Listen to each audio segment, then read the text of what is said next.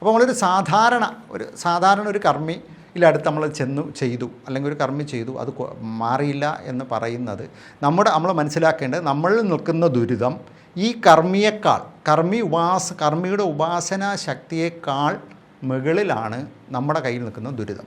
അല്ലാതെ അദ്ദേഹത്തിൻ്റെ കുഴപ്പം കൊണ്ടല്ല ഇത് മാറാത്തത്. അദ്ദേഹത്തിന് പറ്റാത്ത, അദ്ദേഹത്തിൻ്റെ ഉപാസനാമൂർത്തി കൊണ്ട് കഴിയാത്ത ദുരിതമാണ് നമ്മൾക്ക് നിൽക്കുന്നത്. അപ്പോൾ നമ്മൾ മറ്റൊരാളെ കണ്ടെത്തുക തന്നെ വേണം. അതിലാണ് ഒന്ന് ചെയ്തു, ആ ദുരിതം മാറുന്നില്ല, അടുത്തുള്ള നല്ല 1, 2, 3 ആൾക്കാരെ കണ്ടെത്തി നമ്മളിത് മാറ്റാൻ ശ്രമിച്ച് ദുരിതം ആവാഹിച്ച്, അല്ലെങ്കിൽ അതാത് കർമ്മികളാണ് തീരുമാനിക്കുന്നത്, ധനം നോക്കാതെ ആവാഹിച്ച് മാറ്റി കാര്യങ്ങളിലേക്ക് എത്തിക്കണം. അതിനകത്ത് മറ്റൊരു കാര്യം ശ്രദ്ധിക്കേണ്ടത്, നമുക്ക് ചെറിയ തുകയ്ക്ക്, അല്ലെങ്കിൽ ചെറിയൊരു 200 രൂപ, 300 രൂപ, 400 രൂപ ഇങ്ങനെയൊക്കെ ചെയ്താൽ ഇതൊക്കെ തീരുമെന്ന് പറയുന്നത് തന്നെ തെറ്റാണ്. ഒരു യഥാർത്ഥ പശുവിൻ നെയ്യ്, നമ്മളൊരു പശുവിൻ നെയ്യ്, ഒരു നാടൻ പശുവിൻ്റെ നെയ്ക്ക് തന്നെ 2000-ന് പുറത്ത് വില കൊടുക്കേണ്ടി വരും.